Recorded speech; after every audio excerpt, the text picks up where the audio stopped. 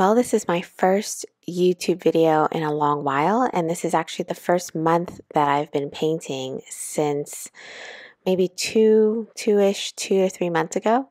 So the last time I really sat down to paint was back in October, and it's now January, and this isn't my first watercolor painting session. It's my second watercolor painting session since October, and so I'm still feeling a little bit rusty, and I'm still sort of finding my bearings, but I've adopted in this new year an attitude of trying to remember to have fun every time I paint and letting go of the outcomes, especially when I first sit down. I think, I usually approach paintings, or I had been for many years, approaching paintings with this feeling of, oh my gosh, this better turn out, or I hope it turns out, because otherwise, what if I have to do it again?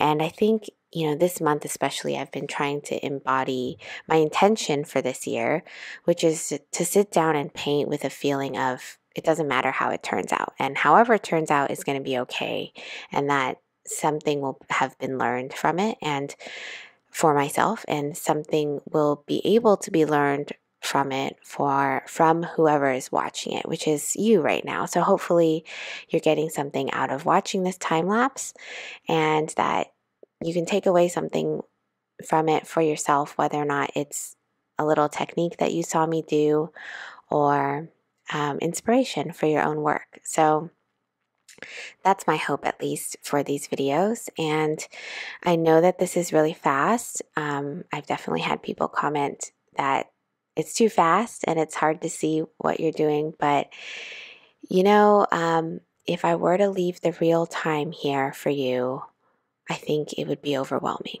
because it's quite slow. And the full length real-time version of this is about an hour and 15 minutes long. And that's a long video to watch, especially without any direction. And so I always film it in real time, actually, because I share it with the membership community that I run called Paint With Me. And so I'm always filming it in real time because I want to share it with them. But for them, I definitely give them a bit of guidance and a lot of timestamps and the ability to ask me questions about any part of the video that they want. And I can usually do some actual demonstrations to answer any questions that they have. And so that's really, I think that's really where real time helps, is when you have somebody at your disposal who painted it, who can actually answer the question specifically. Otherwise, just providing a full real-time version here on YouTube, oh man, I don't think you'd want to watch that. So here's the time lapse, and just remember that you can slow it down as well, I think, a little bit.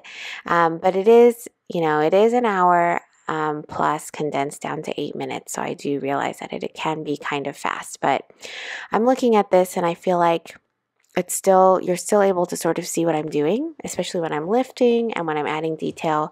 So hopefully it's still helpful in some way. I do want to leave you with a couple of tips since I'm here speaking to this painting with you right now. And the first tip, I guess, it's not really a tip, it's just things that I asked my members to think about too as they're approaching these paintings, because painting is individual to each of us. But as you're watching me do this, I want you to think about what outcome you want for your own painting first and foremost. So I'm approaching this in a very wet way. So I don't know if you noticed, but at the very beginning, I wet both sides of my paper. It's a technique that I've learned from watching other artists, and it's something that I've adopted into my own practice because I'm trying to get better at it, and I love the look of it. I love the look of things being soft, especially having some soft edges here and there.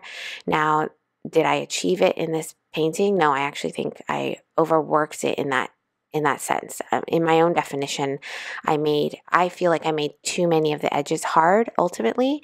But my my intent by approaching it wet on wet is because wet on wet on both sides of the paper and then kind of flooding everything, background and foreground included, or rather subject and background included all together in one wash, is because I want to try and achieve a softer look all around.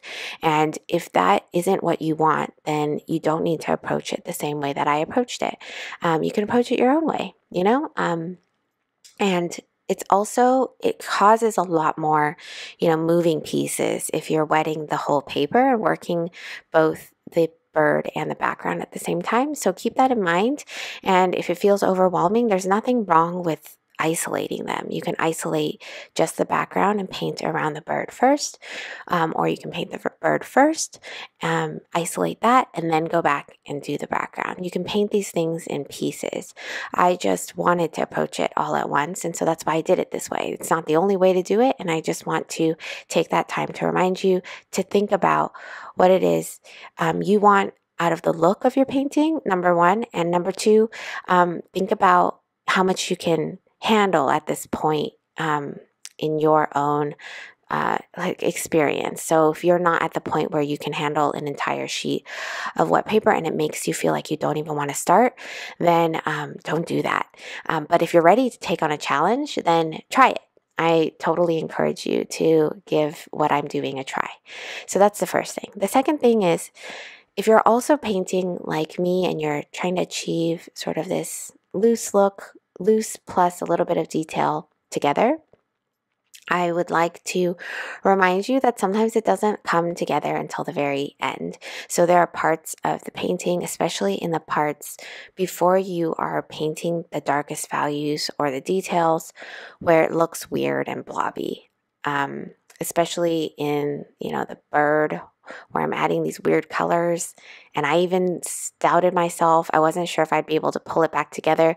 I don't think that I actually successfully did the coloring of the bird very well, to be honest with you.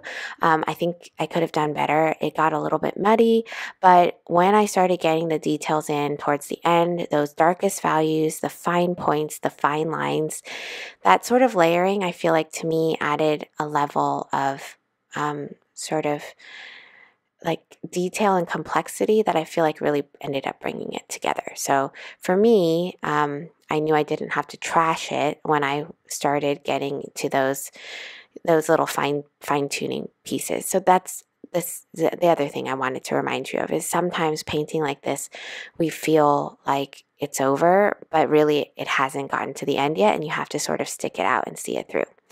Last thing I wanted to share is that it's not a failure if you go back and use white pen or white gouache like I'm doing right now at the end. I used to think it was cheating, but it really isn't. And if you need to bring back highlights and whites, then do it. And it's totally okay.